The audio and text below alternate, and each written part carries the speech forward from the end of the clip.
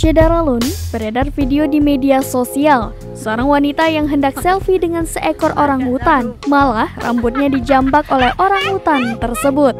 Padahal belum lama ini beredar seorang pria ditarik-tarik dengan seekor orangutan, namun kali ini versi wanitanya.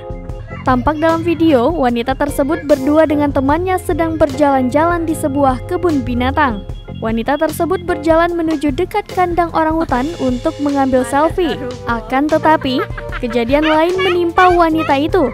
Saat ingin mengambil selfie, tangan orangutan itu langsung menjambak rambut wanita tersebut.